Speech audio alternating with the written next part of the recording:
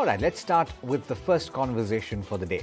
And if you are just about starting your career, or in fact, if you've got a few years under your belt, you're probably wondering why we're talking about retirement so early. Well, the thing about retirement is, and saving for retirement is, that you use time as your best friend, and choosing the right instrument or the right avenue to save over a period of a few decades will hold you in good stead. Let me introduce my first guest. We've got Mrin Agarwal, who is a founder at FinSafe. She's also a financial educator. Thank you so much, Mrin, as always, for joining in, for speaking to us on The Money Show. Now, there's a host of instruments to choose from, right? So could you take us through the key ones to watch for? Good evening, Alex. Always nice to be on The Money Show. Yes, there are a whole lot of instruments that you can consider when you're planning to save for retirement. And of course, the good thing with the traditional instruments is that they give you a fixed return. So first off, for everybody who's salaried, you have the Employee Provident Fund. It gives you a 8.5% tax-free, risk-free return, which honestly you cannot get anywhere else, because trying to generate an 8.5% return, which is tax-free, no risk at all every year, is not going to be easy. And the best thing is that you can actually invest a higher amount in the Employee Provident Fund through the Voluntary Provident Fund, where you contribute an extra amount. The employer does not contribute the extra amount in this particular case. Of course, for those who are not salaried and for everybody else, I mean, even if you're salaried, you can invest in PPF, which is Public Provident Fund, which is open to all citizens. And this is an account that you can open with the post office, you can open with any public sector bank, and there are some private sector banks which offer this as well. The current interest rate on this is 7.1%. There is a 15-year lock-in, and the interest rates get reset on a quarterly basis. So I think these are the really good retirement schemes that are available on a fixed return basis. And then, of course, you also have the National Pension Scheme. It does not give a fixed return. It gives a market-linked return. Of course, you have equities as well, which you mentioned, which you can allocate a percentage of your portfolio to with the intention of saving over a few decades, right? Considering that this will build up capital that you will eventually need. Speaking of those government schemes, the EPF in particular, it's interesting, Mrin, that they've kept the rates reasonably higher than the other fixed income instruments that you would get in the market. And with interest rates possibly going to head higher in 2022, at least that return for retirees is protected. But let's get to how these fixed income or these fixed return options stack up. How do you rate them? How do you rank them? So, well, I would say EPF is a great instrument for the salary. With the VPF, again, especially for conservative investors and moderate investors, again, I think VPF is a great instrument. But what people do need to keep in mind is that the interest on contribution by employees to EPF stroke VPF above 2.5 lakhs is going to be taxable from this financial year. So hence, it'll be best if they can limit their exposure to EPF and VPF to a total of 2.5 lakhs. And then, of course, you have option of investing in PPF. So I would put it this way, that for conservative investors, all of these fixed return options are there and they're very good to invest in. But for those who are willing to even take slightly more risk, you do have some great options in form of the NPS, which is, of course, very, very low cost. And you have equities as well. So I think it's a very broad range that's available for people to choose from based on their risk profile. A lot of people, Mrin, that have chosen this VPF route. In fact, my own father chose to do this because he was a single earner and he was risk averse as well. And so he maximized the amount of money. You can put your entire basic pay into the Provident Fund through this route, right? But the threshold that you were talking about is what was introduced in the last budget, which is 2.5 lakhs. And anything above that is not exempt. How does that work, though? Because before this, it was all exempt, right? Which was what made it so attractive. So what happens is that whatever is the interest, whatever is the contribution above 2.5 lakhs totally to the EPF in a financial year, the interest component of it is going to be taxable. That is what we know. So that's the way it basically works. So up to 2.5 lakhs, there's not the interest portion is not going to be taxable, but above 2.5 lakhs, whatever interest is being accrued is going to be taxable. And that's something that was put in place, I think, because the government found that very large contributions were being made through the VPF. But let's talk about what you mentioned in terms of alternatives. The NPS is a relatively new scheme, if you think about it. And it's attractive because it's something that you can adjust or you can fiddle around with to suit your needs. Could you talk about how this works a little bit and how would you approach it?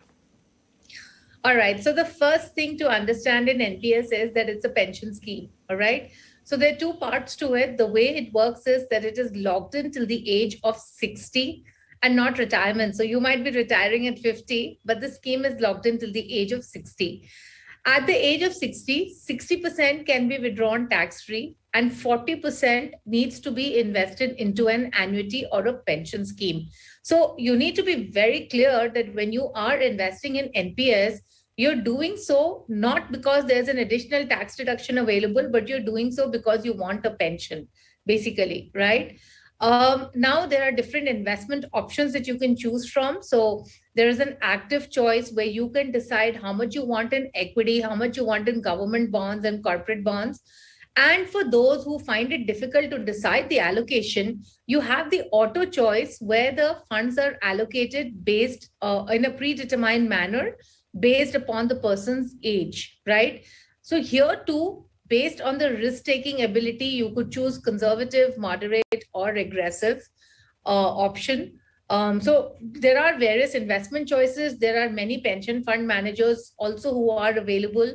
The default fund manager being the SBI pension fund, but you also have a choice of the fund manager as well. So I think it's a good product because it's low cost. It helps you in doing disciplined investing since you need to invest every year.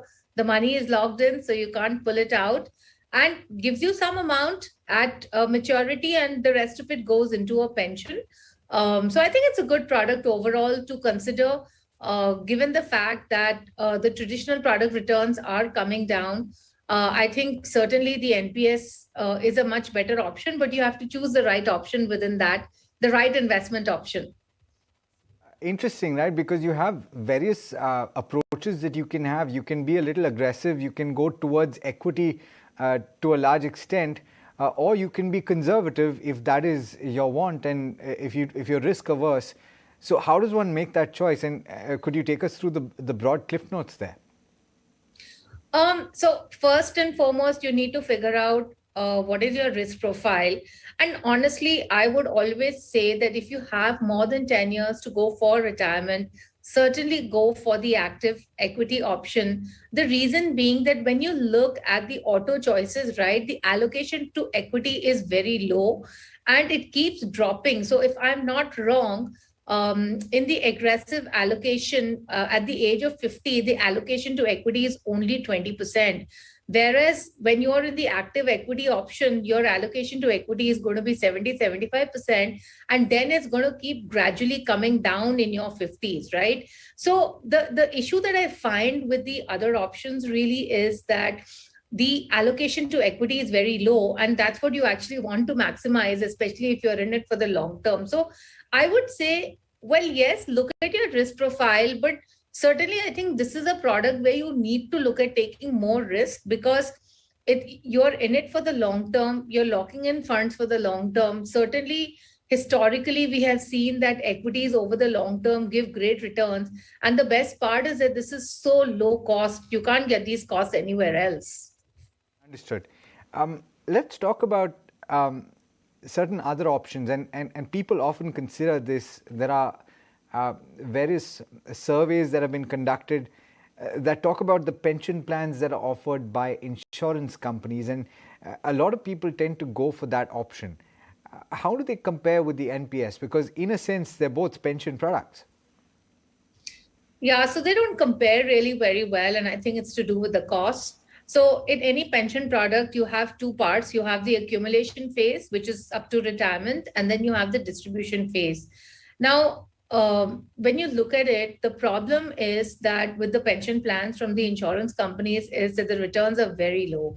They're typically between 4 and 5%. And I'm talking about net investor return, net of charges. I'm not talking about the fund returns, right?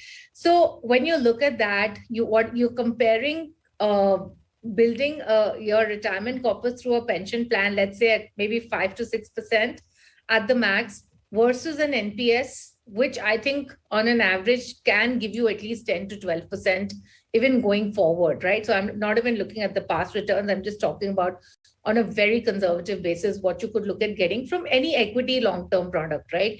So the difference in the returns in the accumulation phase is going to be huge if you're looking at 5 to 6% versus 10 to 12%, even if you keep the returns in the distribution phase as the same, basically. And hence, I would never even look at a pension plan. Okay. Okay, that's a fair statement to make. What about equity? And this is something that all financial planners that I've spoken to, Mrin, say is an absolute must. If you have a decent runway ahead of you, this is absolutely an essential part of your portfolio. You need to have some allocation to equity. The question is, how do you approach it? Do you buy stocks, as a lot of individuals have been doing since the start of 2020? Or maybe midway through 2020, you have the number of demat accounts that have shot through the roof. So a lot of individuals are taking advice and buying stocks individually. Or do you go through the traditional route, which is to trust a mutual fund manager, or in fact a mutual fund house, if you're doing a passive investment strategy? Well, I would certainly go with the mutual fund and ask yourself this question: how many people have bought a stock and held it for 20 years, right? And how many such stocks will you buy and hold for 20 years? Right. So I think for most individuals, it's very tough to actually figure out which stock to buy, when to sell it. And, when you're doing it, you want to look at something that you're doing for the long term. I think it's very difficult to find that stock for most individual or for most lay investors. And hence, I would always recommend the mutual funds. Now, between mutual funds and the NPS, I think the choice really depends upon what you're more comfortable with. Like, do you want the pension? That's point number one. Point number two, if you are investing into mutual funds, you need to have the ability to hold on. And, you should be very clear that you're going to be disciplined and you're not going to exit that investment at volatile time, or you're not going to exit the investment because you have a need, right? So while I do recommend to invest in equity mutual funds, certainly for retirement, the key in it is to remain invested and to be disciplined about it, just like you would do in the case of NPS. And of course, choose the fund rightly, no thematic funds. I mean, look at core holding funds like FlexiCap or Index or Midcap funds. A combination of these funds itself would be a good idea. And honestly, having a strategy of money split across NPS as well as equity mutual funds is a good idea. This program exhort those tuning in to treat their investments into equity as partnerships, where they look to have a partnership for decades rather than just a few months. So I guess if they've been listening in, then hopefully they have bought into that idea and they're buying stocks and holding them. It isn't necessarily something that you should do either or, right? You can have a combination of the various options available. So having said that, with all that we've discussed so far, and there's obviously no one-size-fit-all solution, but if I were to ask you, as someone looking at the various options available for a salaried individual and otherwise, what would the best combination ideally be? I think the best combination would be a combination of the employee provident fund, which is giving you the debt exposure, and NPS and equity fund. I think, those three together would be a great combination to build your retirement portfolio. It's been an absolute pleasure speaking with you, and you've broken this down in a way that I think everybody can understand. And I'm hoping my viewers take a lot from this conversation. Look forward to speaking to you again really soon. Thank you, Alex.